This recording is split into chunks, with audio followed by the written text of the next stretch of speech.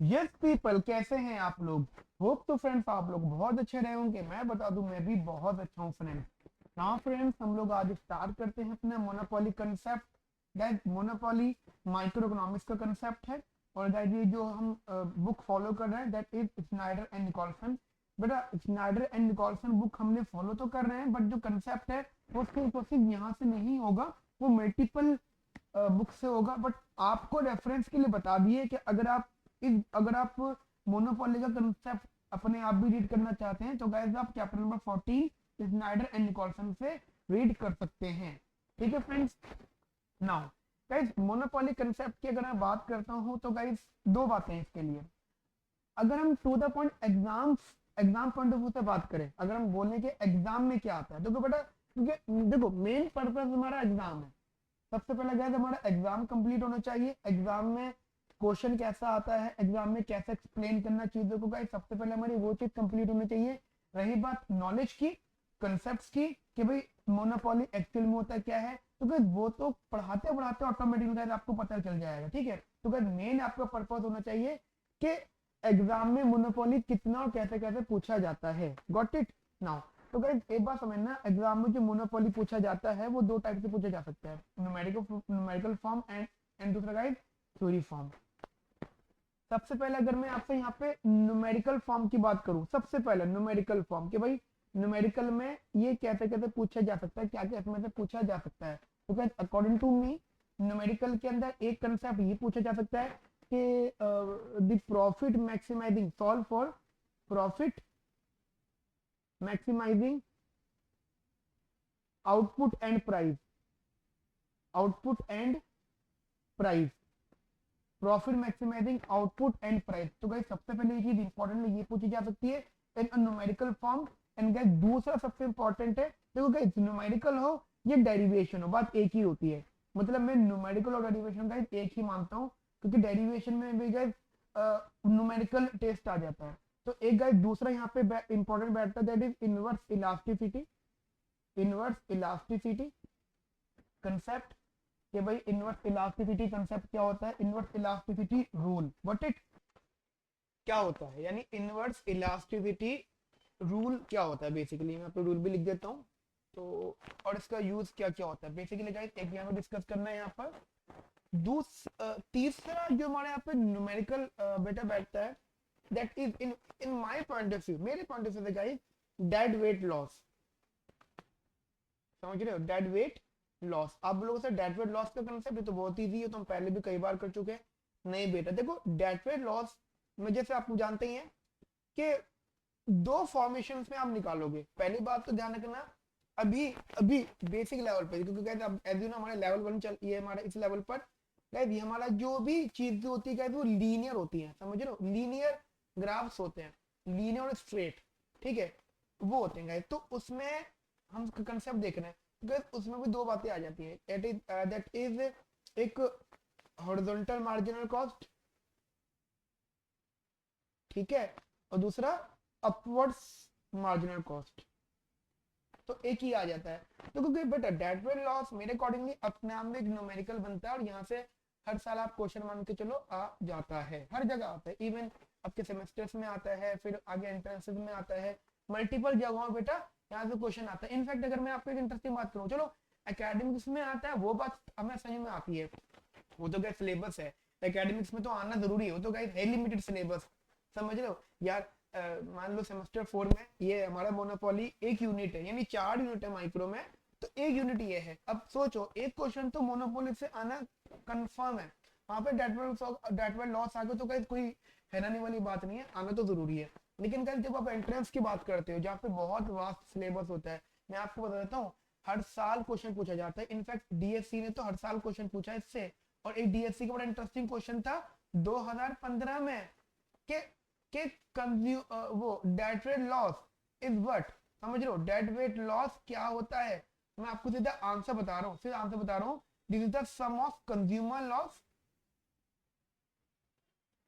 Plus producer loss, समझ रहे हो।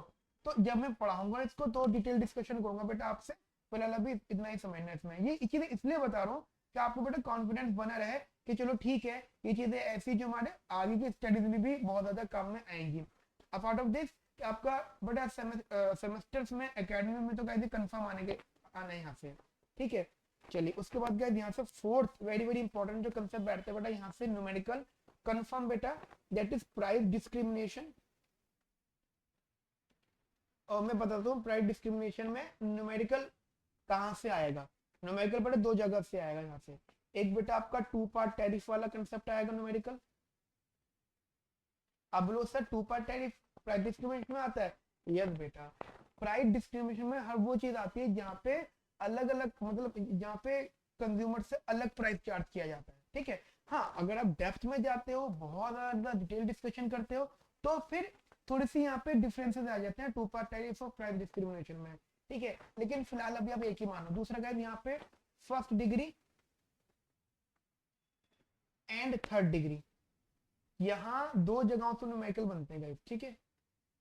First degree and third degree guys यहाँ से न्यूमेरिकल्स बेसिकली बन जाते हैं आपके एग्जाम पॉइंट ऑफ व्यू से, ठीक है। अच्छा एक एक कंसेप्ट रहता है न्यूमेरिकल्स में ही जो बहुत बहुत कम पूछा हुआ है, बट यहाँ पे कंसेप्ट रहता है। देखो मोस्टली होता है क्या है कि वो ना कंपैरिजन करवाते हैं, comparison between perfect competition and monopoly का, ठीक है। ये आप मान के चलो ये बहुत इंपॉर्टेंट है, जबकि ये ऐसी बात नहीं है कि आपको बिल्कुल नहीं पता थी और मतलब आपको बहुत अच्छे डिटेल स्टडी करना, नहीं ये बहुत इजी, क्योंकि यहाँ तक तो ऑटोमेटिकली आप आ ही जाओगे। जब भी बेटा आप डेटवेल लॉस लिखते हो तो गाइस इसका तो मतलब ये है कि डेटवेल लॉस निकलते हैं तब आप परफेक्ट कंपटीशन और मोनोपोली का डिफरेंशिएट कर देते हो, मतलब दोनों को अलग अलग सेपरेट सेपरेट लिख लेते हो, ये तो बनता ही तब है। लेकिन कंपैरिजन भी गाइस पे एक अलग इंपॉर्टेंस आती है कि भाई अगर जैसे कंपैरिजन क्या हो जाता है क्वेश्चन, कहते हैं भाई प्रॉफिट बताओ दोनों केसेस में, कब प्रॉफिट, जब वो परफेक्टली कॉम्पिटिटिव फर्म है और जब वो मोनोपोली है, ठीक है। मतलब इनका भाई कंपैरिजन बताओ कब, जब वो परफेक्टली कॉम्पिटिटिव फर्म है और दूसरा जब वो मोनोपोली है, और कब उसको गाइस ज्यादा प्रॉफिट होगा। बहुत सारे बच्चे कहते हैं कि सर ऑब्वियसली बात है मोनोपोली का प्रॉफिट पॉजिटिव होता है और इसका प्रॉफिट जीरो होता है ना। बेटा ध्यान रखना ये और ये दोनों बातें नॉट ऑलवेज, दोनों बातें गाइस ऑलवेज नहीं होती, क्योंकि परफेक्ट कंपटीशन का प्रॉफिट वीकली पॉजिटिव होता है एंड साथ साथ मोनोपोली का भी बेटा प्रॉफिट वीकली पॉजिटिव होता है। हाँ वो बात अलग है कि आप जनरल लेवल पे मान के चलते हो कि perfect competition in long run in long run earn zero profit and monopoly always earn zero profit, but guys ध्यान रखना monopoly can also earn zero profit and perfectly competitive market also be earn मतलब there is a possibility कि वो positive profit generate कर ले। Guys इस पर detail discussion करेंगे हल्के हल्के करके, बड़ी चीज समझना ध्यान से। उसके बाद गाइस ये आपका न्यूमेरिकल या डेरिवेशन कंसेप्ट है। रही बात थ्योरी कंसेप्ट्स की, जरा वो बात समझना। मेरे को सबसे ज्यादा इंपॉर्टेंटली थ्योरी क्या क्या लगती है यहाँ से, क्या आने के भाई थ्योरी आने के चांसेस कहाँ कहाँ पर हो सकते हैं। गाइस बहुत ज्यादा ध्यान से समझना कि थ्योरी आने के चांसेस कहाँ कहाँ हैं। देखो सबसे बड़ी थ्योरी क्वेश्चन कहाँ से फ्रेम हो सकता है यहाँ का, सोचा कभी आपने मोनोपोली में सबसे ज्यादा थ्योरी क्वेश्चन कहाँ से चांसेस रहते हैं। मेरे अकॉर्डिंगली थ्योरी क्वेश्चन आपके रहते हैं एक क्वेश्चन के साथ में, मतलब ये क्वेश्चन बड़ा इंपॉर्टेंट रहता है आप लोगों के लिए, that is why monopoly arises, that is why monopoly arises. समझ रहे हो, मतलब ऐसे क्या रीजंस होते हैं कि मोनोपोली मतलब अराइज हो जाती है, बन जाती है। अब वो लोग सर मोनोपोली है तो मोनोपोली तो उसके लिए कोई रीजन होने की जरूरत नहीं है। नहीं बेटा ध्यान रखना, कोई भी फर्म, मैं आपको जस्ट एक बड़ा इंटरेस्टिंग फैक्ट बताता हूँ, कोई भी फर्म या कोई भी प्रोड्यूसर या फिर कोई भी सेलर हमेशा से मोनोपोली नहीं होता। देखो दो तरह की मोनोपोली होती है, एक वो जो बनती ही डे वन से मोनोपोली, जैसे एग्जांपल रेलवे जब डे वन था रेलवे का मतलब स्टार्टिंग, तो सबको पता था कि भाई मोनोपोली ही होगी, क्योंकि रेलवे जितना कॉस्ट लगा रहा है, कॉस्ट ऑफ प्रोडक्शन, रेलवे जितना कॉस्ट लगा रहा है अपने इंटरप्राइजेज में, अपनी इंस्टीट्यूशन में, इतनी कॉस्ट शायद ही कोई और फर्म लगा पाए या शायद ही कोई और इंस्टीट्यूशन लगा पाए। तो वो तो डे वन से मोनोपोली है, ठीक है। दूसरा हमारा इलेक्ट्रिसिटी, भाई इलेक्ट्रिसिटी पूरे कंट्री में प्रोवाइड करना है या पूरी स्टेट में प्रोवाइड करना है, ठीक है। कहीं पर भी इलेक्ट्रिसिटी प्रोवाइड करना है, जैसे एग्जांपल में बीएसीएस का एग्जांपल दे रहा हूँ। अब तो गाइस वो 5 फर्म में डिवाइड हो गया है, रिलायंस वगैरह भी उसमें एक है, बाकी इस पर डिटेल डिस्कशन बाद में। बट अगर मैं पुरानी बात करूँ तो अगर GACS की बात कर रहा हूँ तो ये तो कंफर्म था ना कि भाई वो मोनोपोली ही है, क्योंकि cost of production of electricity guys हर किसी के बस की नहीं झेलना, समझ रहे हो। तो कुछ इंस्टीट्यूशन कुछ फर्म्स ऐसे होते हैं जो हमेशा से मोनोपोली ही रहते हैं, हमेशा से मोनोपोली ही रहते हैं, ठीक है। समझना ध्यान से, कुछ इंस्टीट्यूशन ऐसे होते हैं जो हमेशा से मोनोपोली ही रहते हैं, लेकिन कुछ ऐसे इंस्टीट्यूशन भी होते हैं गाइस जो हमेशा से मोनोपोली नहीं होते, वो एक टाइम में मोनोपोली बनते हैं। जैसे कि पहले वो परफेक्टली कॉम्पिटिटिव एजेंट्स होते हैं, आफ्टर सम टाइम वो मोनोपोली बनते हैं। समझ रहे हो मेरी बात को आप लोग अच्छे से?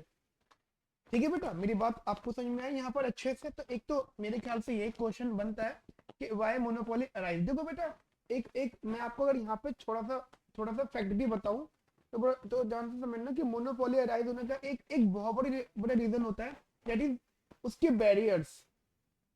समझ रहे हो, बैरियर्स। मोनोपोली अराइज होने के एक रीजन ये भी होता है उसके बैरियर्स क्या क्या है। जैसे कि कभी कभी बैरियर होता है, टेक्निकल बैरियर हो जाता है, कभी नेचर भी एक तरह का बैरियर होता है बेटा, ठीक है। एक लीगल बैरियर्स होते हैं अगर हम बात करें तो। जस्ट थोड़ा बहुत ऐसे बता रहा हूँ, टेक्निकल बैरियर्स, ठीक है, एंड दूसरा है हमारा लीगल बैरियर्स। जस्ट ऐसे बताया मैंने आप तो कुछ टाइप के बैरियर्स भी होते हैं। तो एक क्वेश्चन मेरे ख्याल से यहाँ से फ्रेम हो सकता है, यहाँ पर काफी अच्छा डिटेल में फ्रेम इसका थ्योरी में, ठीक है। और एक एक मेरे अकॉर्डिंगली गाइस यहाँ पे जो क्वेश्चन फ्रेम होने के बहुत बहुत ज्यादा चांसेस रहते हैं, वो है बेटा इधर पिछले पेन से लिख लेता हूँ मैं इसका, दैट इज रिसोर्स एलोकेशन। देखो अभी मैं आपको वो बताता है नेचुरल बैरियर, वो इस बात कर रहा हूँ, रिसोर्स एलोकेशन। अगर आप रेलवे की बात कर लो तो रेलवे के पूरे बिजनेस में कितनी प्रॉपर्टी लगी हुई है, सोचो ना। यहाँ पे रेलवे स्टेशन बना हुआ है, यहाँ पे रेलवे लाइंस बनी हुई है, समझ रहे हो, रेलवे लाइंस बनी हुई, तो गाइस वो भी तो उसके कॉस्ट ऑफ प्रोडक्शन का पार्ट होगा। और ऑब्वियसली बात है गाइस वो भी तो एक तरह का रिसोर्स एलोकेशन रहा होगा। तो गाइस एक ये मेरे accordingly important exam point of view से, वो जो अगर आपको बेसिकली पता होना चाहिए यहाँ पे, ठीक है। अच्छा एक चीज और है, जैसे मैंने वहाँ पे डेटवेट लॉस न्यूमेरिकल में बताया ना, ज्यादा ऐसे डेटवेट लॉस आपका थ्योरी में भी इंपॉर्टेंट है।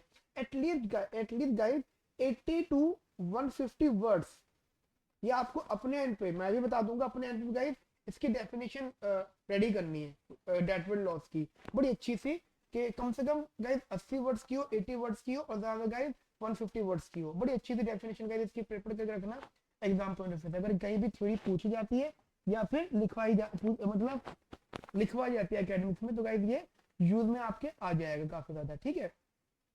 एंड देन गाइस मेरे अकॉर्डिंगली जो नेक्स्ट थ्योरी कंसेप्ट हो सकता है, थ्योरी कंसेप्ट अगर हो सकता है तो गाइस वो एक ही पार्ट हो सकता है, that is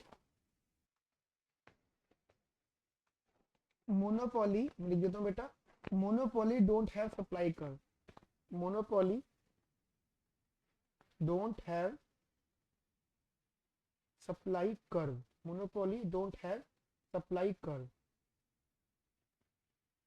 monopoly don't have supply curve। तो गाइस एक ये इंपॉर्टेंट कंसेप्ट हो सकता है आपके लिए, ठीक है, काफी ज्यादा इंपॉर्टेंट हो सकता है मेरे अकॉर्डिंगली। और एक है और है, वैसे तो गाइस वो न्यूमेरिकल में आपको बता ही चुका हूँ, थ्योरी में उसका कोई लेना देना नहीं है। That is two part tariffs. Two part tariffs guys theory में मेरे ख्याल से नहीं आता है, वो सिर्फ न्यूमेरिकल में ही इंपॉर्टेंट रहता है, ठीक है बेटा। एक कंसेप्ट हमने देखा है, शायद आपने सुना होगा, मैं आपको बताता हूँ, शायद आपने अगर ध्यान दिया हो तो मैंने यहाँ पर ओनली फर्स्ट एंड थर्ड की बात करी है। What about second degree? क्योंकि सेकंड डिग्री यहाँ पर आता है, सेकंड डिग्री थ्योरी में आने के चांसेस रहते हैं, that is second degree price discrimination.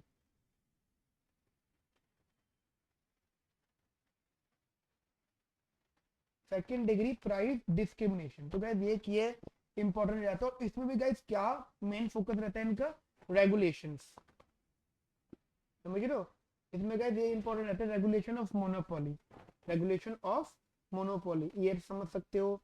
या फिर आप कह सकते हो तो टू टायर प्राइसिंग सिस्टम भी कह सकते हो, that is two tier pricing system भी कह सकते हो बेटा, इधर आप 2 टायर प्राइसिंग सिस्टम, ठीक है।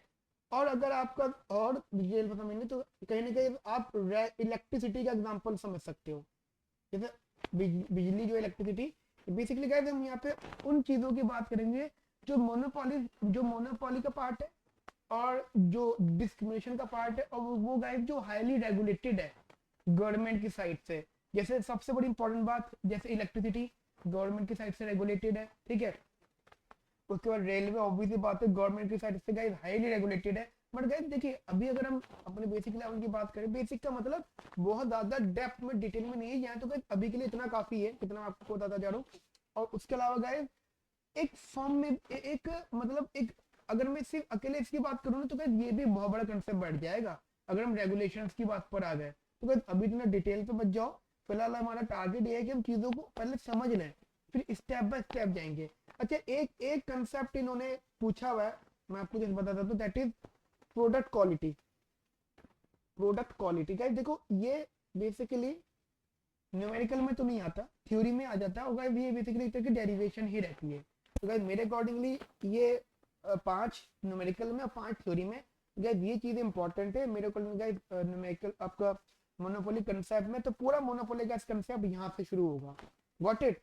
तो गाइस मेरे अकॉर्डिंग गाइस इसको अच्छे से समझना, और जब आप मोनोपोली को प्रिपेयर कर रहे हो तो ये श्योर हो जाओ कि क्या ये दोनों चीजें कम से कम, ये सब चीजें तो गाइस आपको पढ़नी है, इससे ज्यादा ही पढ़ लेना, इससे कम मत पढ़ना, ठीक है। इतना अगर आप कर भी लेते हो तो गाइस आप, मुझे लगता है कि बेसिक लेवल पर आप कहीं पर मार्क्स खाओगे, आपको चीजें क्लियर हो जाएंगी एग्जाम में भी, ठीक है गाइस। बात समझ में आती मेरी आप लोगों को अच्छे से, बढ़िया से। चलो आगे बात करते हैं बेटा हम लोग यहाँ पर, ध्यान से समझना, बहुत ज्यादा ध्यान से बेटा। दैट इज, सबसे पहले हम थोड़ा सा एक डिस्कशन से स्टार्ट करता हूँ बेटा, यहाँ पर थोड़े से डिस्कशन से, दैट इज टेक्निक। गाइस पहले हम कुछ यहाँ पे उन चीजों का डिस्कशन करते हैं जो हमारे बेसिक्स कंसेप्ट्स हैं, टेक्निक्स। टेक्निक्स ठीक है, कुछ टेक्निक्स के समझना, दैट इज कहीं ना कहीं न्यूमेरिकल व्यूज, लेकिन गाइस अभी बहुत बहुत बेसिक टेक्निक, ठीक है, मोनोपोली स्टार्ट करने से पहले। देखो गाइस ऐसा होता है कि आप ये कहते हो कि सर हम मोनोपोली मोनोपोली का प्रॉफिट मैक्सिमाइजेशन लेवल, समझ रहे हो, मोनोपोली का प्रॉफिट मैक्सिमाइजेशन लेवल। तो गाइस मैं बस इतना बोलूंगा आपको, this is monopoly profit, that is T R minus का T C, to the point guys, to the point बात समझना यहाँ से। एंड मतलब प्रॉफिट ही हो गया। एंड अगर मैं प्रॉफिट को डिफरेंशिएट करता हूँ, basically our first order condition, guys first order condition हमें क्या बताती है? फर्स्ट ऑर्डर कंडीशन हमें बताती है कि that is, this is also known as necessary condition, this is also का necessary condition in a mathematical language, के the monopoly maximize their profit at monopoly maximize their profit at mr is equals to mc condition. Guys this is the first order condition first of all, and mr is equals to mc होगा, then monopoly guys जो output मिलेगा वो वहां से खुद को maximise यहाँ पर करेगा। एक तो बात ये हो गई। एंड गाइस हमारी जो सेकंड ऑर्डर कंडीशन होती है, सेकंड ऑर्डर कंडीशन तो थोड़ा बहुत डिस्कस करूंगा, बाकी हम अपने कंसेप्ट थ्योरी, पहले हम थ्योरी डिस्कस करेंगे, न्यूमेरिकल एज यू नो हमारे न्यूमेरिकल क्लासेस में होगा, ठीक है। तो मैंने कहा सेकंड ऑर्डर कंडीशन, ठीक है जी, second order condition that is basically this is first of all sufficient condition,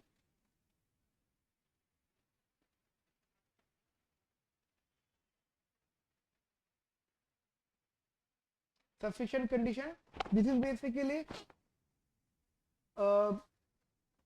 double derivative. अगर आप यहाँ की बात करते हैं तो गाइस वो आपका बैठेगा कि double derivative of profit with respect to quantity is negative, which implies what, which implies that कि slope of MC is more than slope of MR. अब बोलो सर ये कहाँ से लिख रहे हो सब चीजें? वेट बेटा वेट, आपको सारी चीजें पता लगेंगी, और कहते बेसिक है, आपने पहले सीखी होंगी सब चीजें। इनफैक्ट 12th की इकोनॉमिक में भी आपने देखा होगा, ठीक है, तो उसमें ज्यादा परेशान मत हो इन सब चीजों पे, ठीक है। एंड देन गाइज हमारा, अब मैं गाइज यहाँ से डिस्कस करना स्टार्ट करता हूँ हमारा थ्योरी कंसेप्ट, जैसे कि आप लोग बहुत बहुत अच्छे से जानते हैं थ्योरी कंसेप्ट बेटा, तो जरा ध्यान से समझना है इधर गाइज, बहुत ज्यादा ध्यान से।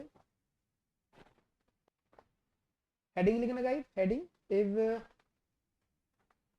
मतलब टॉपिक नंबर 1 से, जैसे कि मैंने आपको बताया था, वाई मोनोपोली अराइजेस, ठीक है। यहाँ से स्टार्ट करते हैं, यहाँ से मतलब फर्स्ट क्वेश्चन भी यहाँ से फ्रेम हो सकता है और यहाँ से स्टार्ट करते हैं। देखो बेटा, जैसे कि मैंने आपको कहानी बताई थी कि मोनोपोली अराइज क्यों होता है, ठीक है, ठीक है, क्यों होता है, तो गाइस मोनोपोली अराइज इसलिए भी होता है कि यहाँ पे एंट्री बैरियर्स होते हैं, there are basically entry barriers. जब एंट्री बैरियर लग जाता है ना, तो कहीं ना कहीं लिमिटेशंस आ जाती है और फिर लोग कम होने लग जाते हैं। जब लोग कम होते होते होते अकेला एक बच जाता है, तो गाइस उसी को मोनोपोली कहते हैं। जैसे अगर आप मोनोपोली वर्ड को स्प्लिट भी करो तो मोनो का मतलब होता है सिंगल, है ना, और पॉली का मतलब होता है सेलर। तो अगर आप मोनोपोली वर्ड को भी अगर सेपरेट भी करते हो, ठीक है, अलग अलग दो पार्ट में स्प्लिट भी कर देते हो, तो this is known as single seller, ठीक है, that this is the single seller. तो सिंगल सेलर का मतलब क्या होता है यहाँ पर, ठीक है बेटा, मतलब यहाँ तक मेरी बात आपको समझ में आती है, तो बेसिकली सिंगल सेलर। नाउ अब जैसे कि मैंने आपको बताया कि why monopoly arises, so guys this is the entry barrier, entry barrier रहता है हर किसी के लिए। अब मोनोपोली पावर बनाने के लिए, तो guys there are two types of entry barrier, one is technical, जैसे कि थोड़ा सा मैं इसको गाइस फॉर्म में लिख देता हूँ, ठीक है, दैट इज मोनोपोली। गाइस थोड़ा सा मैं थ्योरी भी लिखूंगा आपके लिए। Monopoly arises due to barriers to entry, due to barriers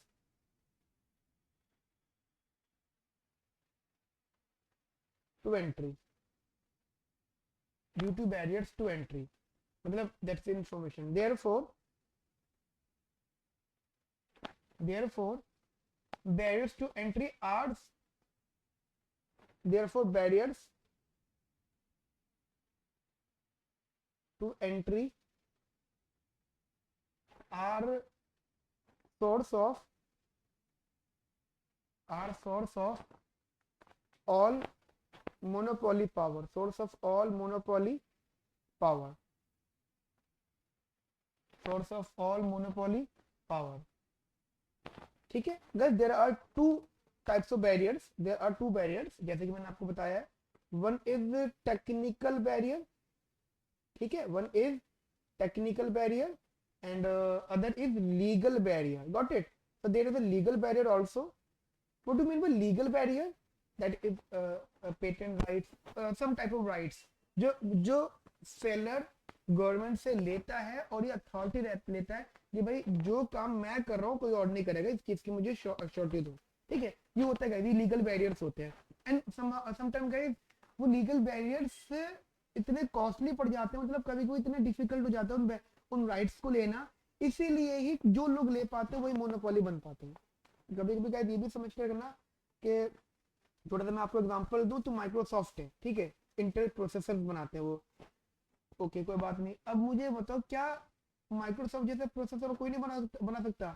बिल्कुल बन सकता है, इनफैक्ट बन भी चुका होगा, लेकिन क्या इतने वास्ट लेवल पे वो बेच सकते? नहीं, क्योंकि उस चीज का गाइस जो मतलब राइट की जो कॉस्ट थी वो इतनी ज्यादा थी कि इतनी ज्यादा है कि वो हर कोई नहीं ले सकता, हर कोई बियर नहीं कर सकता उस कॉस्ट को, राइट की कॉस्ट को, कि भाई इसका क्या चीज हम ही बेचेंगे। समझ लो मेरी बात को अब इन सब चीजों को, दैट बिकॉज़ लीगल बैरियर्स, ठीक है, ओके। नाउ अब जरा थ्योरेटिकल कंसेप्ट्स में ना थोड़ा सा यहाँ पे मैं आपको जैसे बता देता हूँ, थोड़ा लिखना गाइस, थोड़े स्टेटमेंट में लिखना है इस चीज को। अब प्राइमरी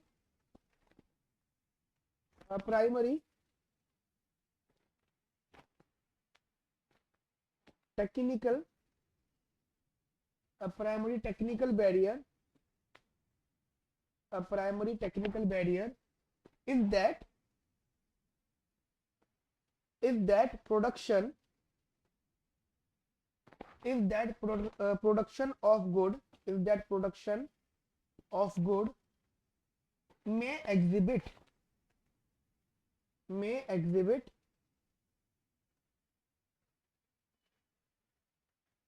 technical या may exhibit टेक्निकल बता रहा था, may exhibit decreasing marginal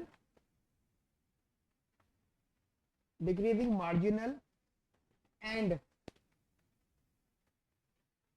average cost over a mid range of output,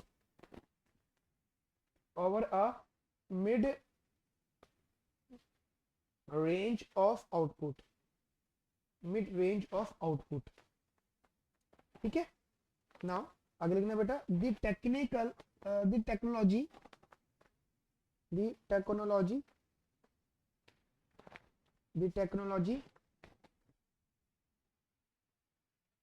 of production is that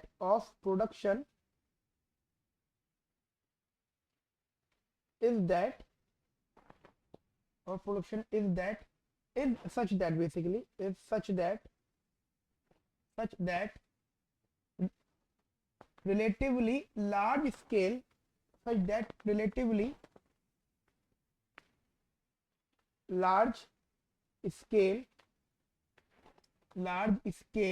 firms are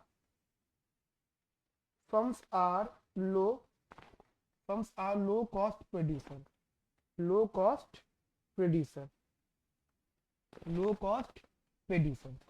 समझ लो मतलब कंसेप्ट क्या होता है गाइस, जितना लार्ज स्केल होता है वो उतनी ही कम कॉस्ट फेस की जाती है। जैसे कि गाइस आपको, यार आप ऐसे सोचो ना, this is the total cost, got it, and this is the basically average cost. अगर अब सोचो टोटल कॉस्ट ही है। अब एक चीज सोचो कि अगर हमने एक फर्म बना दी है, ठीक है, हमने एक फर्म कर दिया और हम उसमें बेटा प्रोडक्शन कर रहे हैं, ठीक है, तो जितनी ज्यादा क्वांटिटी मतलब उसको परचेज करने वाले लोगों की क्वांटिटी बढ़ेगी, उतनी ही एवरेज कॉस्ट कम होता जाएगा।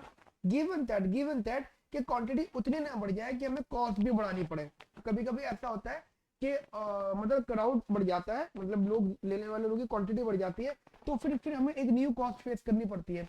जैसे कि मैं आपको एग्जांपल दूं रेलवेज का, तो रेलवे कोच बन गया जी।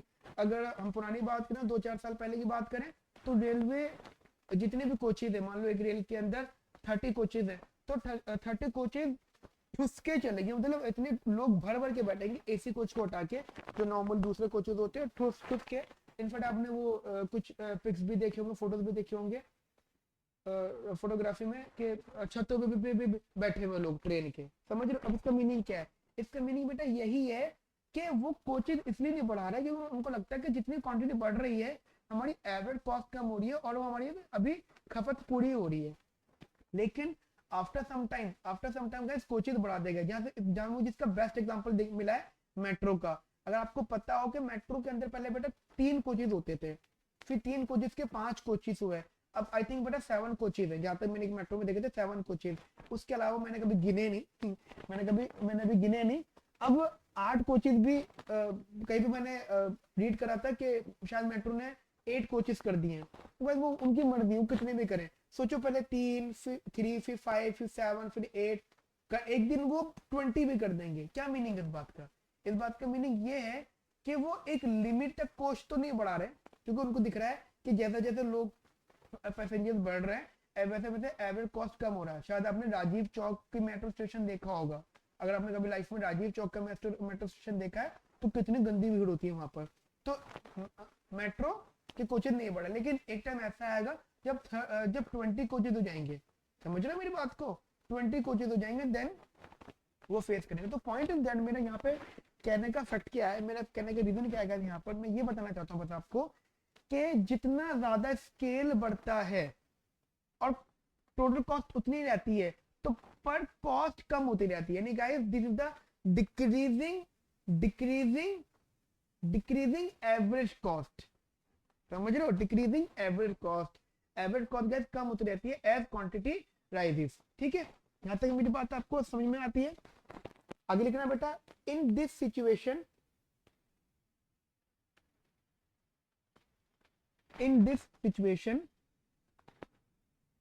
One firm one firm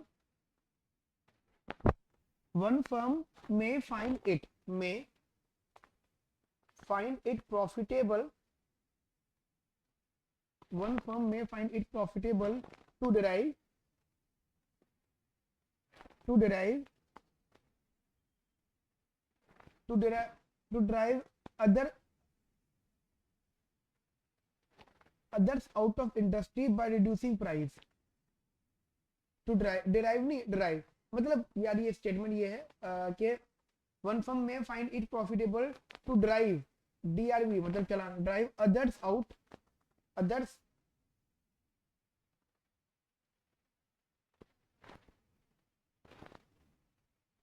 out of industry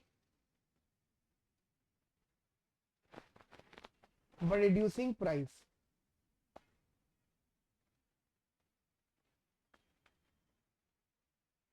ठीक है नो यहाँ तक मेरी बात समझ में आती है आपको क्लियर बेटा अब देखो जस्ट यहाँ पे समझना इसी चीज के मैं अगर आपको बताऊं टेक्निकल बैरियर के अकॉर्डिंगली यहाँ पे छोटा सा एग्जांपल लेके चलते हैं हम लोग दैट इज नेचुरल मोनोपोली का नेचुरल मोनोपोली की बात समझना बेटा देखो मोनोपोली का जब मैंने ये रीजन बोला है ना कि as quantity rises then average cost will decrease तो क्या ध्यान रखना दिस इज बेसिकली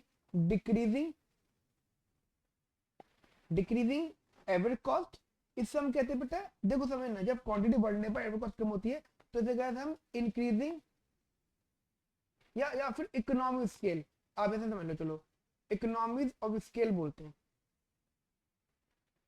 ठीक है यानी अच्छी बात होती है कि as quantity increases but average cost यानी पर फेस कॉस्ट कम होती जा रही है ठीक है क्वांटिटी बढ़ने पर तो गाइस उसे हम basically increasing sorry economies of scale बोलते हैं समझ रहे हो इकोनॉमीज ऑफ स्केल जनरली बेटा अगर आप एग्जांपल समझना चाहो तो नेचुरल मोनोपोली में आप कह सकते हो electricity providers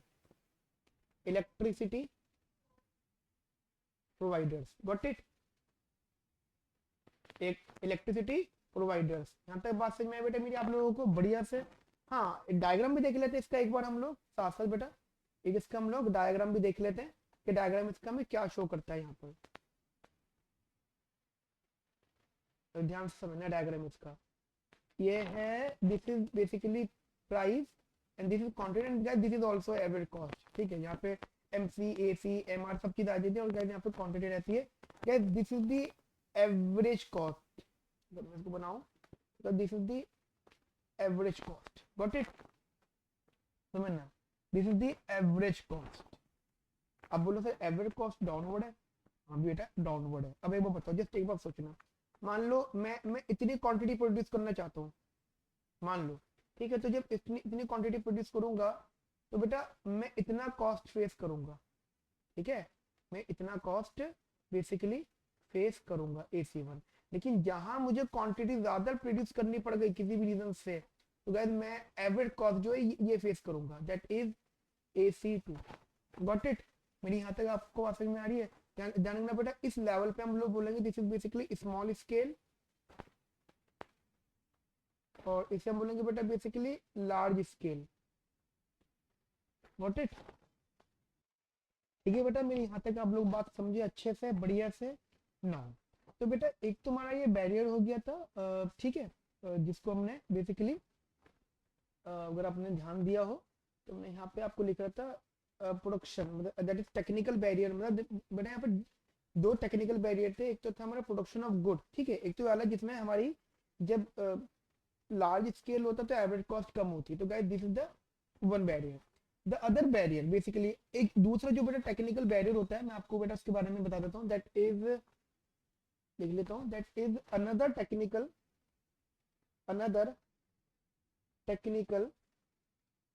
barrier another technical barrier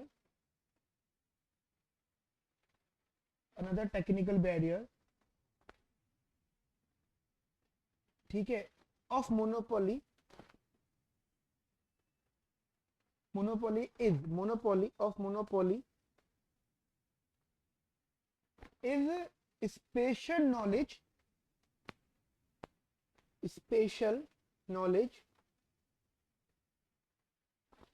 spatial knowledge knowledge of low cost productive techniques, of low cost productive techniques। Guys मैं कहने के यहाँ पे आइडियाज की बात कर रहा हूँ, ठीक है। मतलब ऑब्वियसली बात है, देखो मतलब अब आइडियाज का कंसेप्ट रहता है यहाँ पर, तो कोई कोई भी आइडिया है और इनोवेटिव है, तो कभी कभी बेटा आइडियाज कभी बेटा राइट लिए जाते हैं कि हमने लाइक आइडिया लगाया, टेक्निक लगाई, तो ये भी रीजन होता है कि हम मोनोपोली बन जाते हैं। आइडियाज होते हैं बेसिकली वहां पर, ठीक है। तो यहाँ तक मेरी बात समझ में आ गया आपको। एक लास्ट लाइन और बेटा यहाँ पे in addition, in addition many pure monopolies, in addition many pure monopolies, pure monopolies are created, are created due to, are created due to legal barriers, due to legal barriers, due to legal barriers, got it, due to legal barriers। Example समझ लो आप यहाँ पे थोड़ा सा, example भी concept है example guys, ठीक है। एग्जाम्पल भी देख लो उधर, दैट इज गवर्नमेंट, गवर्नमेंट में गिव लीगल प्रोटेक्शन, गवर्नमेंट में give legal protection, legal protection by patents, by patent rights, patent rights or copyrights,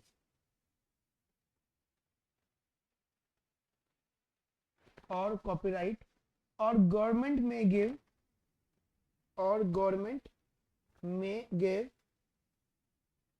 or government may give exclusive distribution, exclusive distribution right to one firm, exclusive distribution right, distribution right to one firm, distribution right to one firm, got it, clear बेटा। मेरी यहाँ तक की बात आपको समझ में आ गई अच्छे से, बढ़िया से, बिंदास से।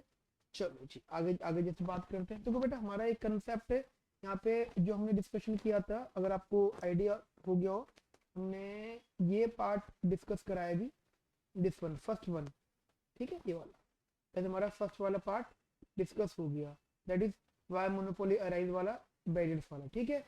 अब उसके बाद में गाइस एक देखो कंसेप्ट के लिए अगर मैं आपसे डिस्कस करता हूँ चीजों को, तो गाइस मैंने इन दोनों का पहले मिक्सचर कराऊंगा आपको, समझ, इन दोनों का मैं मिक्सचर कराऊंगा, ऐसे नहीं कि मैं सीक्वेंस में चलूंगा, नहीं, पहले कि इनका इनका मिक्सचर होगा, क्योंकि देखो गाइस जो चीजें आपकी इधर भी है, जो चीजें आपकी न्यूमेरिकल में भी है, तो गाइस न्यूमेरिकल भी तो गाइस कहने के मुझे थ्योरेटिकल एक्सप्लेन करना होगा आपको, समझ रहे मेरी बात को आप लोग। ये तो आपकी सेल्फ स्टडी के कंसेप्ट से बताया था, अगर आप सेल्फ स्टडी कर रहे हो तो आपको कैसे पैटर्न फॉलो करना है, बट जो न्यूमेरिकल है बेटा वो भी तो बुक में थियोरेटिकल कंसेप्ट मुझे एक्सप्लेन करना होगा, ठीक है। तो मैं अब ऐसे समझा रहा हूँ आपको, ठीक है। तो चलो जी आगे बात समझना ध्यान से यहाँ पे। तो अगला जो मैं टॉपिक उठा रहा हूँ बेटा यहाँ पे, that next topic is inverse elasticity rule, got it. तो next topic is inverse elasticity rule, inverse elasticity rule, got it. यहाँ तक मेरी बात समझना बहुत बहुत ज्यादा ध्यान से। इनवर्स इलास्टिसिटी रूल क्या होता है? इनवर्स इलास्टिसिटी रूल कभी कभी समझा है क्या होता है इनवर्स इलास्टिसिटी? मैं आपको थोड़ा सा एक आइडिया देता हूँ। ये आप ही पढ़ रहे हो मोनोपोली यानी मार्केट्स का कंसेप्ट पढ़ रहे हो। अगर आपको याद हो तो आपने इस नार्टन निकोलसन में ही एक चैप्टर है, chapter number I think 11, that is profit, ठीक है। इस नार्टन निकोलसन का एक चैप्टर है, ठीक है गाइस। मुझे ऐसा लगता है कि आपने ये सब चीजों को अच्छे से पढ़ा हुआ होगा, ठीक है। अब नहीं पढ़ रखा हो बात अलग है, बट मेरे अकॉर्डिंगली अच्छे से पढ़ा होना चाहिए। Chapter number 11 that is profit. वहां पे जब हमने प्रॉफिट डिस्कस कर रहे थे तो हम वहाँ पे ये डिस्कस नहीं करते कि मोनोपोली कौन है और प्रॉफिट कंपटीशन कौन है। हम तो वहाँ पे जनरल डिस्कशन कर रहे थे, प्रॉफिट टी आर माइनस का टीसी, ठीक है। टी आर माइनस का टी सी, हम जनरल डिस्कशन कर रहे थे वहां बेटा, और वहां से हमने एक फॉर्मूला निकाला था, अगर आपको याद हो। शायद मैं आपको थोड़ा सा बता भी देता हूँ, दैट इज प्रॉफिट। जस्ट मैं आपको बता रहा हूँ, रिकॉल करा रहा हूँ, टी आर माइनस का T C, and as you know T R is a product of price and quantity minus का टी सी। एंड मैं एक बात और क्लियर कर देता हूँ, here price is the function of quantity guys, because we assume that that is the inverse demand function। हम guys यहाँ पे डिमांड फंक्शन लेके चल रहे हैं, that is inversely related to मतलब price is equals to inversely related to quantity। ठीक है, तो P मतलब P is a function of quantity into quantity minus का TC, so this is profit। now अब मैंने अगर इसको डिफरेंशिएट किया, अब देखो समझना, मैं इसको टोटल डेरिवेटिव कर रहा हूँ, मैं आप बेसिकली इसको टोटल डेरिवेटिव करो, not a partial derivative guys. अगर मैंने इसको टोटल डेरिवेटिव करा तो गाइस एज यू नो यहाँ पे प्रोडक्ट रूल लगेगा। और गाइस एक चीज और मैं आपको क्लियर कर देता हूँ, टोटल डेरिवेटिव मैं यूज करूँ या फिर पार्शियल यूज करूँ, यहाँ पे गाइस कंफर्मली प्रोडक्ट रूल ही लगेगा, लेकिन मैं आसानी के लिए D P by D Q लिख रहा हूँ। So guys P into Q plus का Q into D P by D Q, समझ रहे हो, माइनस का टी सी, एंड ये P आ गया, मैंने क्या करा Q D P by D Q, P से मल्टीप्लाई करा, मतलब डिवाइड किया, P से मल्टीप्लाई करा, माइनस का TC ये रहा। तो guys this is the profit equation. तो this is basically profit equation. तो P बाहर कॉमन लिया, दैट इज 1 प्लस का Q by P D P by D Q minus का TC, got it. So this is basically profit function, and as you know at equilibrium, at profit maximization level, so d pi by dp, d pi by dq is equals to 0, then this is basically p 1 plus का q by p dp by dq is equals to, अच्छा one more thing, I think मैंने अब mistake करी है, this is basically यहीं से होगी तो मिस्टेक यहाँ पे, this is basically mc, sorry guys, this is mc।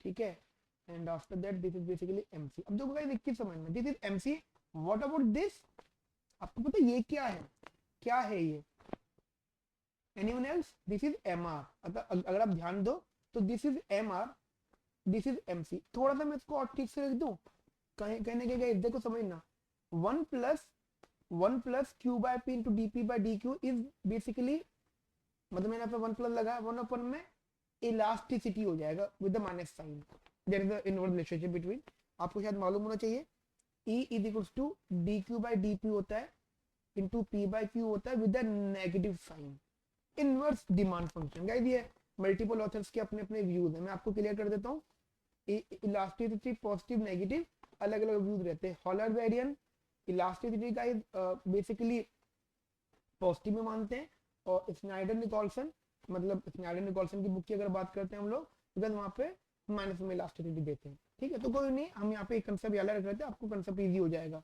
So this is guys, ये कंसेप्ट बन गया। सो यहाँ बन जाएगा P ब्रैकेट 1 माइनस का 1 में E is equals to MC, what it. तो this is the basically equilibrium condition. अब गाइस एक लॉजिकल बात समझना, मैंने आपको यहाँ से पूरा कंसेप्ट ड्राइव किया, अगर मैं इसी इक्वेशन को यूज करूं, बेसिकली यूज क्या करूं यहाँ से बता देता हूं मैं आपको, अगर मैं इस इक्वेशन को यूज करूं, सो जनरली मेरे पास इनवर्स इलास्टिसिटी डिराइव ही कहां से होता है, तो जनरली मेरे पास इनवर्स इलास्टिसिटी मेरा डिराइव होता है from the, that is derivation of this, derivation is comes from the equilibrium condition या फिर profit maximisation condition, profit maximising condition of monopoly,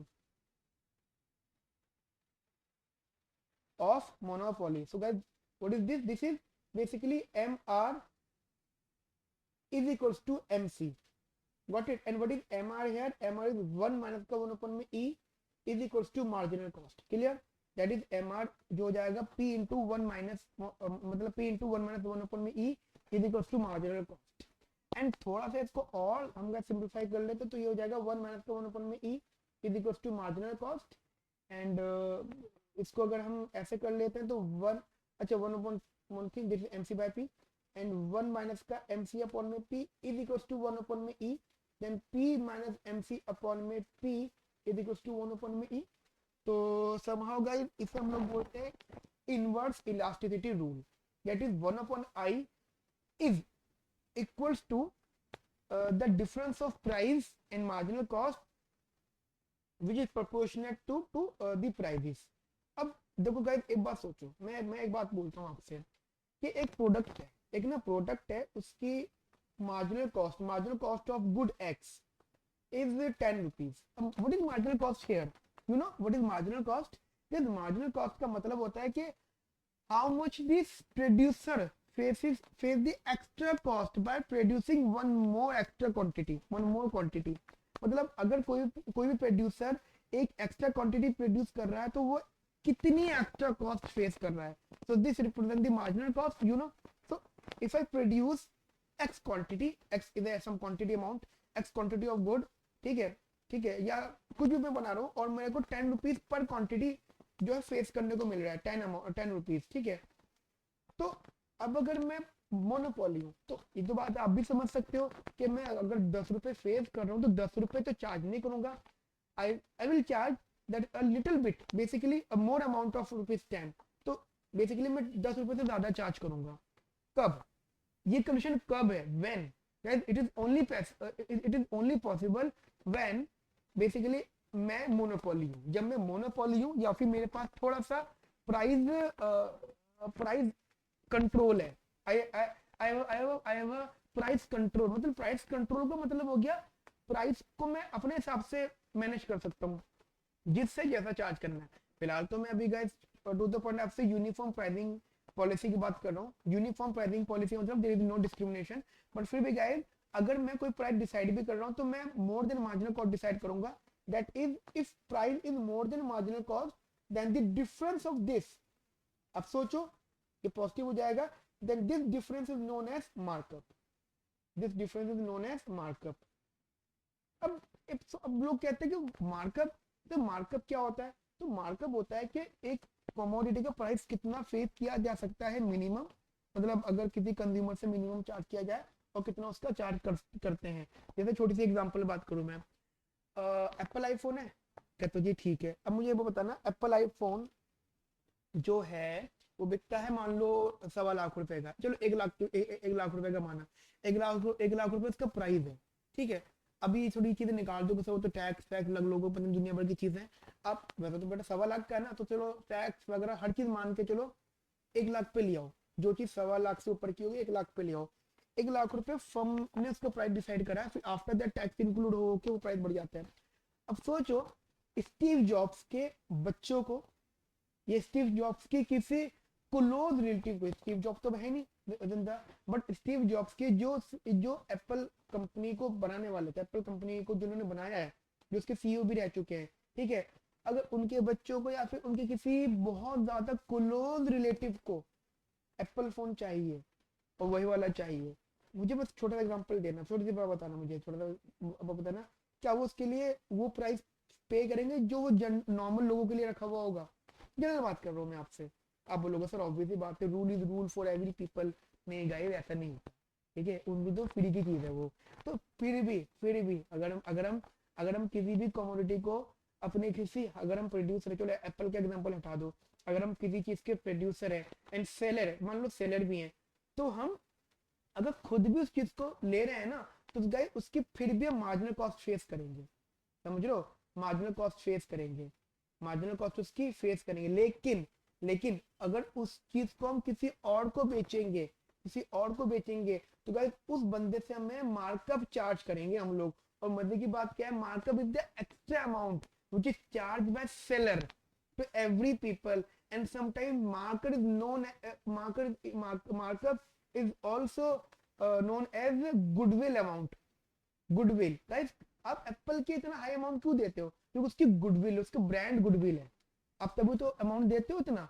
या हम हल्दीराम के मिठाइयों को, ठीक है, या फिर पीपी ज्वेलर्स के ज्वेलरी के इतने हाई अमाउंट क्यों देते हैं? कभी सोचा भाई जो डायमंड रिंग या फिर जो गोल्ड ज्वेलरी अमाउंट, जितना अमाउंट आप सोच रहे हो जो एक नॉर्मल शॉप पे मिल जाएगा अमाउंट, वो पीपी ज्वेलर्स पे ज्यादा मिलेगा। एंड क्यों आप पीपी ज्वेलर पे ज्यादा पे करके आते हो, that the reason behind goodwill amount.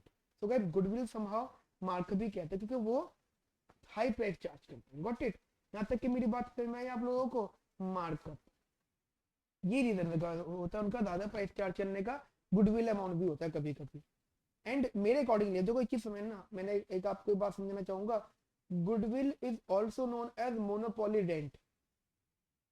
Monopoly rent यानी हम कभी भी एप्पल कंपनी को ये नहीं बोलते कि तुम हमसे प्रॉफिट कमा रहे हो, हम उनका बल्कि थैंक्स करते हैं कि आप एक तरह से मार्केट में अवेलेबल हो। समझने का, गुडविल को हम रेंट के रूप में देते हैं।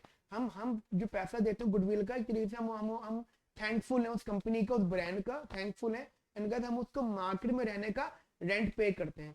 थोड़ी अजीब बात है बट ये सच है गाइस, समझ रहे मेरी बात को?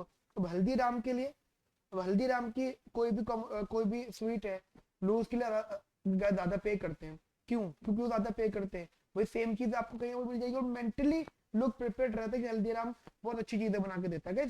उससे अच्छी भी चीज अवेलेबल है, उससे सस्ते रेट पे, बट हल्दीराम में क्यों? तो हल्दीराम बहुत पुरानी ब्रांड है, बहुत पुराना ब्रांड है, बहुत पुरानी दुकान है, एंड उसकी मल्टीपल ब्रांचेज हैं। वहाँ पे हमारा मेंटली हम लोग प्रिपेयर्ड होकर जाते हैं दुकान पर, शॉप पर उनके, कि ये कभी भी क्वालिटी में कॉम्प्रोमाइज नहीं करेंगे, क्योंकि हम इनको मार्केट में रहने का रेंट पे करते हैं। समझ रहे हो? हम इनको मार्केट में रहने का रेंट पे करते हैं, तो ये हमारे साथ अच्छा ही करेंगे जब भी करेंगे, कोई भी चीजें लॉन्च करेंगे। समझ रहे हो मेरी बात को guys? So this is some basic information. And guys don't worry, अभी तो हम टू द पॉइंट कंसेप्ट पे चल रहे हैं, तो बहुत छोटे छोटे एग्जांपल दे रहा हूँ, बहुत शॉर्टकट में एग्जांपल दे रहा हूँ। After some time I will definitely discuss the monopoly concept at a very large level. मैं आपको बहुत अच्छे से बहुत बड़े लेवल पे आपको समझाऊंगा बेसिकली मोनोपोली होता ही क्या है। सबसे पहले मतलब पूरी इन्फॉर्मेशन दूंगा मैडम मैं आपको मोनोपोली के बारे में, ठीक है? तो उसका वेट करना, बड़ी इंटरेस्टिंग वीडियो होगी वो आप लोगों के लिए। सो फर्स्ट ऑफ ऑल आपको मेरी यहाँ तक बात समझ में आ गई, तो आपने बेसिकली यहाँ से बना दिया inverse elasticity, that is P minus का mc अपॉन में p is equal to 1 upon में a। तो guys this is the very very important formula. And interesting बात क्या, एक बार सोचो, p minus mc is obviously बात है positive term for the monopoly. If this is positive, ठीक है, if this is positive then this amount is also positive. Got it? This amount is also positive. And in एक बात और एक interesting बात और समझना, एक तो पॉजिटिव है, एक तो पॉजिटिव है, दूसरी guys it is also more than what? More than one. oh sorry more than one नहीं, it is also less than one, more than one, it is less than one. Why? p minus mc, मान लो p is 20, mc is 10, तो 20 minus का 10 upon में 20, always देखो हमेशा ये amount इसके डिनोमिनेटर में आएगा और ऊपर कम हो जाएगी वैल्यू, हमेशा हमेशा। अगर ध्यान रखना ये वैल्यू आपकी, अब मान को चलो क्या हो गई, 10/20 हो गई, हाफ हो गई, this is always less than one, but this is, ये आपका पॉजिटिव रहेगा, ठीक है? तो अब सोचो अगर p minus M C upon में p is less than one, तो ऑटोमेटिकली 1 अपॉन में e is also less than one, ठीक है? और अगर इसको थोड़ा क्रॉस मल्टीप्लाई कर लो, 1 upon e is less than one. I am not saying that के e is less than one, elasticity is less than one, नहीं, मैं कह रहा हूँ inverse elasticity is less than one. तो समहाउ आप ये कह सकते हो कि इलास्टिसिटी क्रॉस मल्टीप्लाई कर लो तो it is basically more than one. It mean that, guys इसका मतलब क्या होगा, कि इसका मतलब ये होगा कि मोनोपोली का जो रीजन होता है गाइस वो इलास्टिक रीजन होता है, इलास्टिक रीजन। यानी आप समझ सकते हो कि मोनोपोली की जो इलास्टिसिटी होती है मोनोपोली के प्रोडक्ट की गाइस वो इलास्टिक होती है। इलास्टिक का मतलब होता है मोर देन वन, ठीक है? ठीक है गाइस, मेरी यहाँ तक बात समझ में आती है आपको अच्छे से, बढ़िया से, क्लियरली? चलो जी, बहुत बहुत अच्छी बात है गाइस ये, अगर आपको ये बात मेरी अच्छे से समझ में आ गई है। अब एक कंसेप्ट मैं आपको और यहाँ पे बताना चाहूंगा, जरा समझना ध्यान से, इंटरेस्टिंग कंसेप्ट है वो। एक काम करते थोड़ी देर की थ्योरी लिख लेते हैं, फिर साथ साथ चीजें करते, थोड़ी सी एक पैराग्राफ की थ्योरी लिखते हैं, ठीक है? फिर आगे बात करते हैं। ओके, एक छोटी थ्योरी लिखना, दैट इज, दूसरे पैर पे लिख ले तो, price charge by monopolist, price charged by monopolist is greater than is greater than marginal is greater than marginal cost is greater than marginal cost of production and the extent to which extent to which the extent to which price can exceed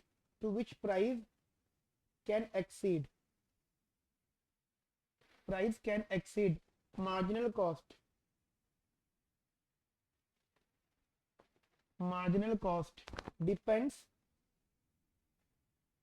depends on monopoly power which is measured by Lerner's index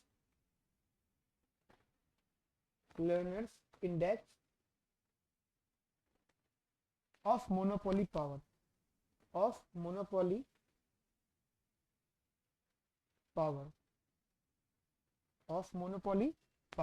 that is basically P minus MC upon में P. This is the basically formula. चलो यहाँ तक आप मेरी बात अब बेटा बहुत अच्छे से समझ में आई आप लोगों को बढ़िया से.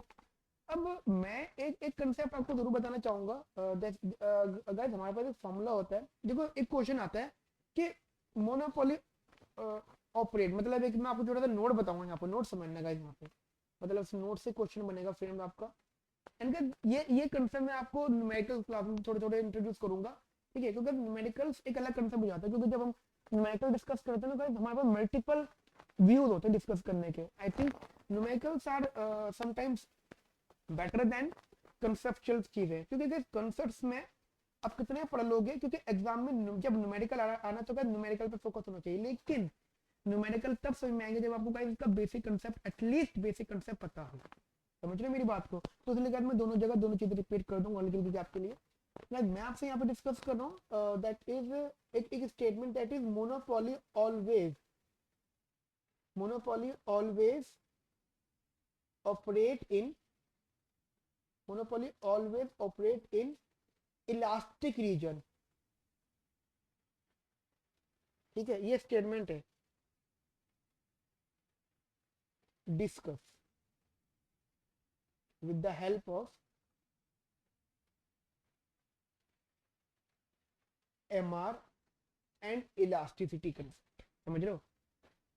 MR और elasticity व्यूज को यूज करके हमें ये चीज प्रूफ करनी है कि monopoly always operate in elastic region. Elastic region का मतलब होता है elasticity is more than one. ये चीज हमेशा ध्यान रखना.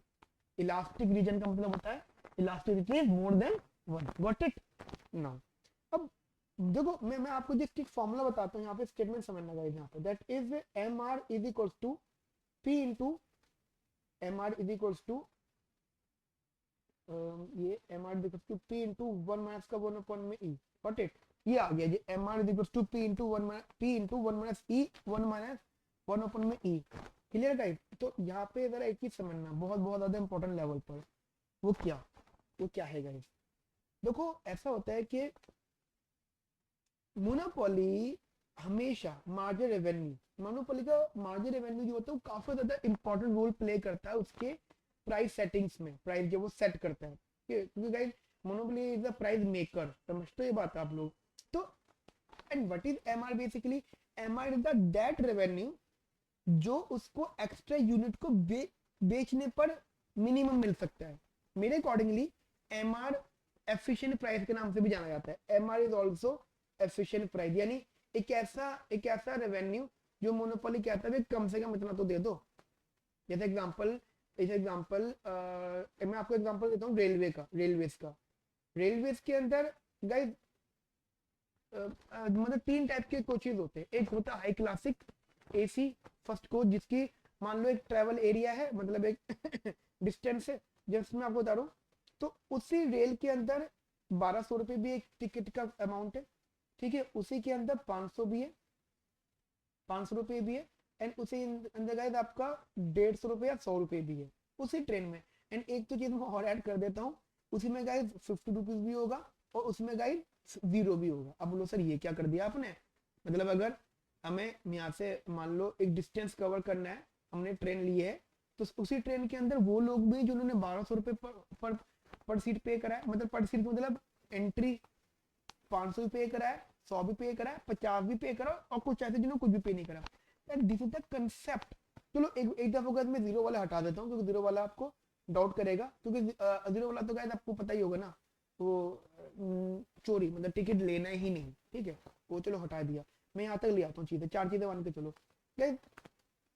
लॉजिकल बात ये है कि कोई भी जैसे ये है डिस्टेंस है तो मोनोपोल, अगर सब प्राइस ये जैसे आप जानते हो ये मोनोपोली, रेलवे इज मोनोपोली, तो सबसे पहले रेलवे अपने हाई अमाउंट चार्ज करेगा प्राइस ऑफ मोनोपोली, ठीक है, मतलब फर्स्ट कोच। और ये मान लो उसका ये भी मतलब उसी कोच का पार्ट होगा, थोड़ी सी कम फैसिलिटी मिल जाएंगी। तो ये तो गाइस हमारा उसकी क्लास वाला लेवल हो गया।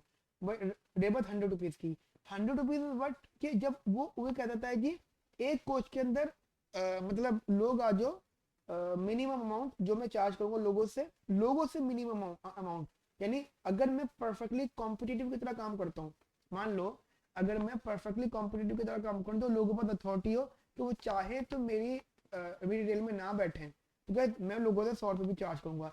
लेकिन अगर गवर्नमेंट इन्वॉल्व होती है और गवर्नमेंट कहती है कि हम सीट बुक कर रहे हैं लोगों के लिए क्योंकि गरीब लोग हैं, मतलब समझ रहे हो, गवर्नमेंट अगर कहते हैं कि आपको इनसे कुछ चार्ज नहीं करना, हम पे करेंगे इसके लिए, तो अब सोचो क्या वो गवर्नमेंट से 100 रुपये चार्ज कर सकती है उन्हीं लोगों के लिए?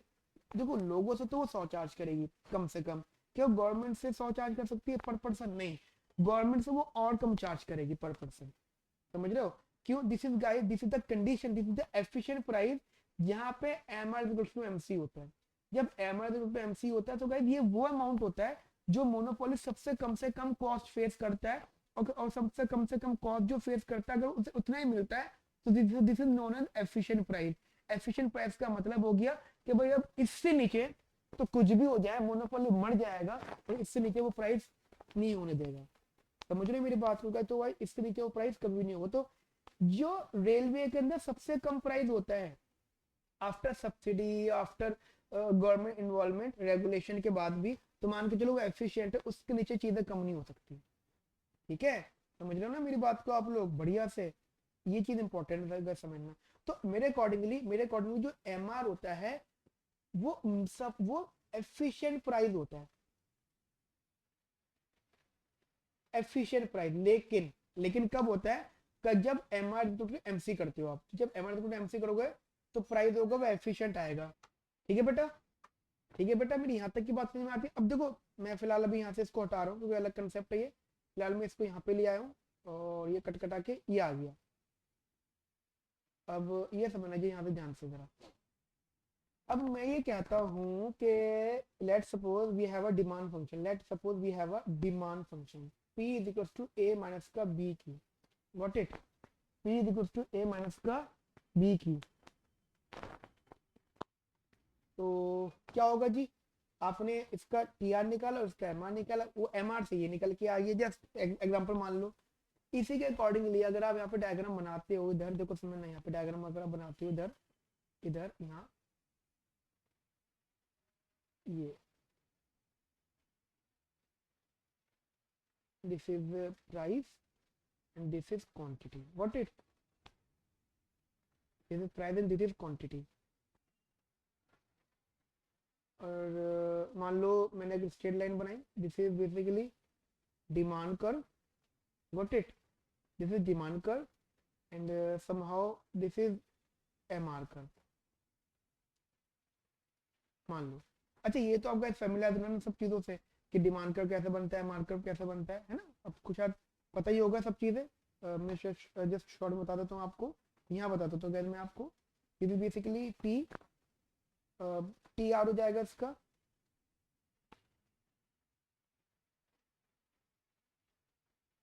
p into Q and T R is A Q minus का B Q square T R, और एम आर आ गया ए माइनस का 2b क्यू, गॉट इट?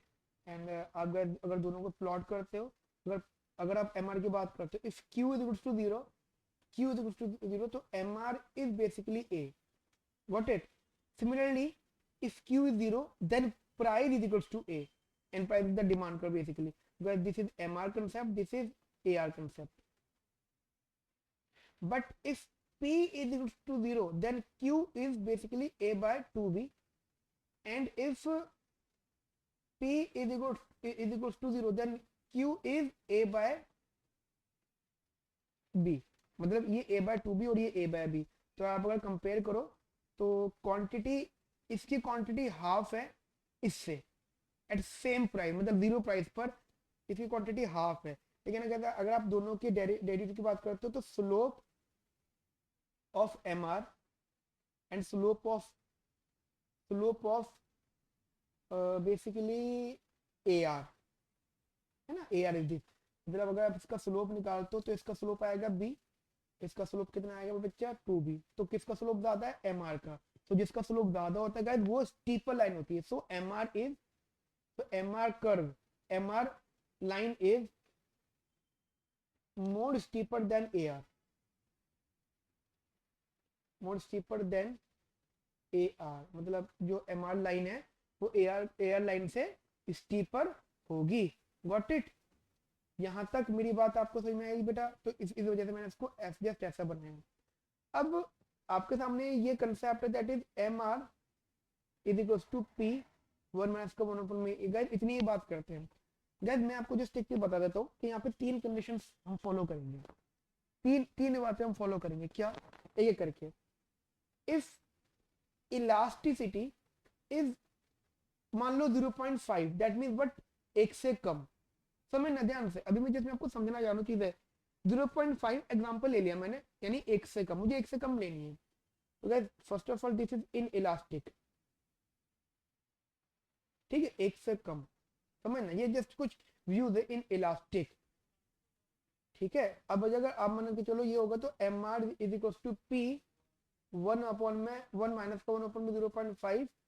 अगर आप इसको सॉल्व करते हो तो ये हो जाएगा P 1 माइनस का 2 and somehow guys it's minus का P that is negative. यानी if P is negative then MR is also negative. It means that कौन सा रीजन है MR का नेगेटिव का guys? if this is the MR line, so this region is MR's negative region. and अगर हम इसकी बात करते हैं तो देखो ऐसा बेटा समझना यहाँ पर. तो अगर ये वाला रीजन MR का नेगेटिव रीजन है तो इलास्टिसिटी बेटा यहाँ पे क्या बन जाएगी हमारी? दैट इज एक से कम. समझ रहे हो? तो this region is in elastic region. This is the in elastic region. Got it? This is basically in elastic region. यहाँ तक मेरी बात आपको समझ में आती है? Similarly guys, if I put here, मतलब MR is equals to P into 1 minus 1 upon में E. मैं इसकी बात कर रहा हूँ. एंड अगर मैंने इलास्टिसिटी को 1 लिया then MR is equals to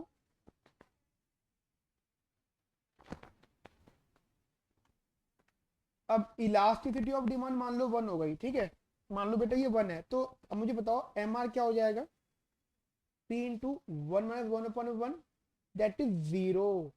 Because if this is 0, it means automatically MR 0 हो गया. समझ रहे मेरी बात को आप लोग? ऑटोमेटिकली बेटा क्या हो गया यहाँ पर? MR 0 हो गया. मुझे बताओ MR 0 होगा इधर. अगर MR 0 इधर हो गया तो दिस इज द पॉइंट जहाँ पे इलास्टिसिटी ऑफ डिमांड क्या होगी? 1. नाउ अब अगर मैं बात करता हूँ दूसरी रीजन की, यही MR is equals to P into 1 minus 1 upon में E यहाँ पर. एंड मान लो इलास्टिसिटी को मैंने मान लिया 2 which is more than 1. Just मैं आप जानबूझ के ले रहा हूँ विच इज मोर देन 1. तो गाइस MR क्या होगा यहाँ से? P ब्रैकेट 1 माइनस का 1 अपन में 2, दैट इज P 1 अपन में 2 guys, that is P by 2. अब सोचो P बाय 2 है, अब वो कुछ भी हो लेकिन है तो पॉजिटिव ना. यानी अगर ये पॉजिटिव तो ऑटोमेटिकली बेटा MR पॉजिटिव हो गया. अब सोचो अगर MR यहाँ पे पॉजिटिव है, अब ऐसे दिमाग लगाओ बेटा, इफ MR इज पॉजिटिव है, अगर MR में बच्चा क्या है यहाँ पे? MR यहाँ पे पॉजिटिव है. अब गाइस अगर MR पॉजिटिव है इस वाले रीजन में तो फिर ये वाला रीजन कहाँ का पार्ट हो गया? गाइस वो वाला रीजन यहाँ वाला पार्ट हो गया. That region is known as ED which is more than 1. And इसी रीजन को हम लोग बोलते हैं गाइस इलास्टिक रीजन. एंड समाओ इस पॉइंट को हम लोग बोलते हैं unitary part, unitary elasticity. Got it? तो गाइस अब एक बात बताओ, monopoly always wants what? Monopoly क्या कभी भी इससे टच कर सकता है? कभी मुझे बताओ, क्या कभी मोनोपोली याला प्राइस जीरो चार्ज कर सकता है? कभी नहीं, किसी भी कीमत पे नहीं करेगा। इस मतलब कभी कभी भी मोनोपोली जीरो एमआर कभी फेस नहीं करेगा। Monopoly always wants to face a positive MR region. It mean that monopoly always always face the elastic region, यानी मोनोपोली ना हमेशा उन्हीं कमोडिटी की प्रोडक्शन करना चाहेगा जिसकी elasticity guys more than one होती है। Got it? तो guys this is the elastic region. यहां तक मेरी बात आपको बेटा समझ में आती है? Logically clearly guys? क्लियर बेटा? कुछ दिक्कत नहीं बेटा यहां तक आपको? ओके नाउ, तो जैसे हमने यहाँ पे बेटा एक डिस्कशन किया था, अब थोड़ा सा मैं यहाँ पे थोड़ा सा थ्योरी डिस्कशन कर लेता हूँ आपसे। तो मैंने कहा यहाँ पर जरा ध्यान से थोड़ा सा theory discussion, that is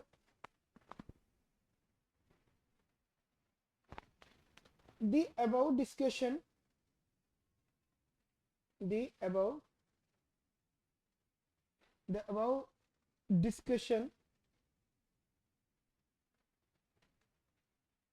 leads to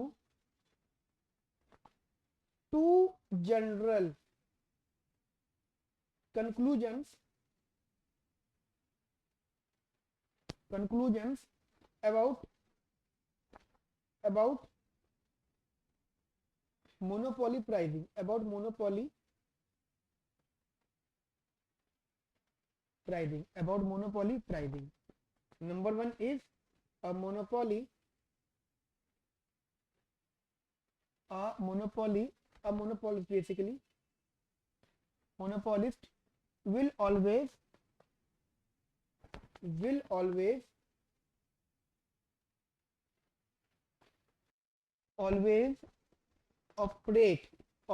operate in the elastic region, elastic region of demand curve, elastic region of demand curve, that is E is more than one, that is elasticity of demand is more than one. तो guys एक तो ये concept आ गया आपके सामने। Second conclusion हमारे सामने, this is because या सेकंड सॉरी, इसी की एक्सप्लेनेशन है, this is not second part. This is because, इसी में guys this is because for profit, this is because for profit maximization,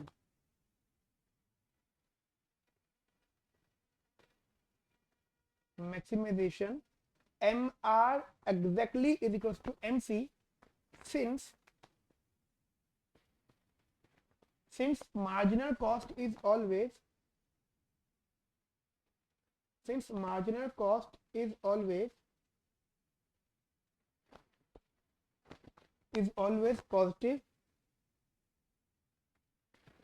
positive, so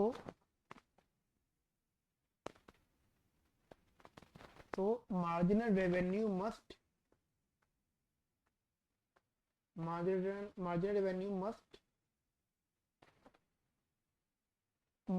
also be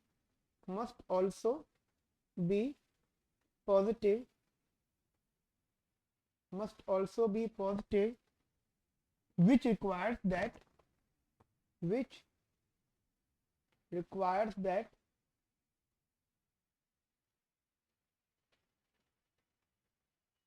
E is more than one.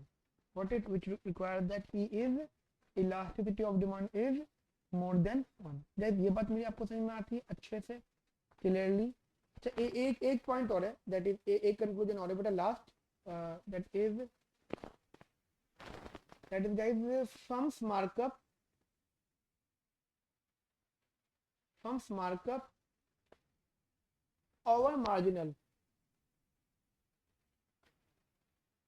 over marginal cost depends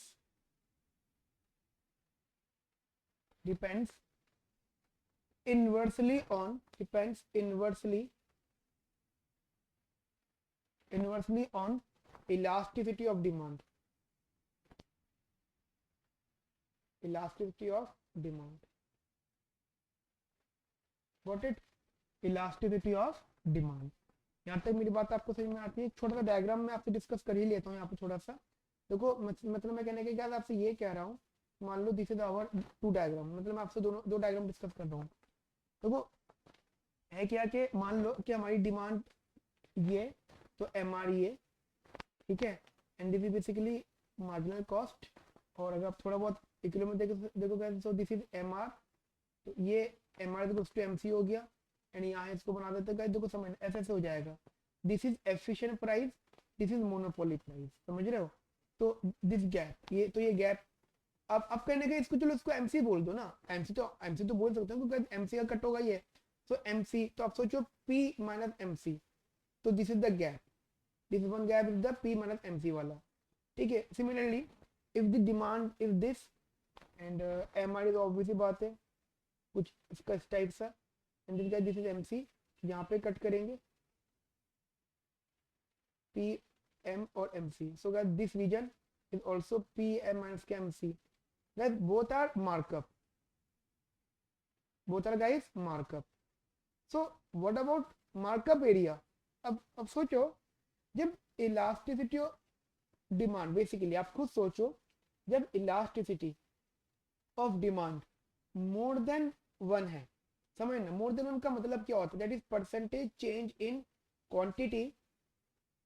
percentage change in quantity is more than percentage change in price. समझ रहे हो? तो quantity में ज्यादा change है, price में कम change है.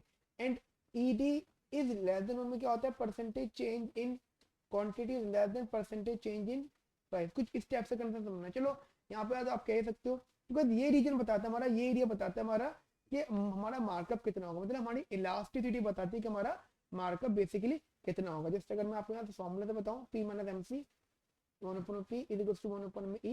So as E increases, then this will reduces, तो जितनी कम होता जाएगा और ये कम होता जाएगा, तो ये ऑटोमेटिकली कम होता जाएगा. इसका मतलब मार्कअप कम होता जाएगा, यानी जितना इलास्टिसिटी ऑफ डिमांड बढ़ता जाएगा उतना मार्कअप कम होता जाएगा बेसिकली. गाइस इस पे हम फर्दर डिस्कशन करेंगे. ठीक है, इसको फिलहाल इतना रखना मेरे अकॉर्डिंगली. ठीक है, अब यहाँ पे गाइस हमारा कंसेप्ट पूरा हो गया. अब नेक्स्ट क्लास में हम लोग यहाँ से डिस्कस करेंगे हमारा अगला वाला पार्ट. ठीक है, तो ऑन एन एवरेज गाइस हमें 2 क्लासेस और चाहिए मोनोपोली का कंसेप्ट कराने के लिए. 2 क्लास मतलब मोनोपोली गाइस काफी बड़ा कंसेप्ट है. ठीक है फ्रेंड्स, नाउ फ्रेंड्स मिलते हैं हम लोग बड़े नेक्स्ट क्लास के अंदर with a new topic. Okay friends, have a nice day. Thank you, bye, take care.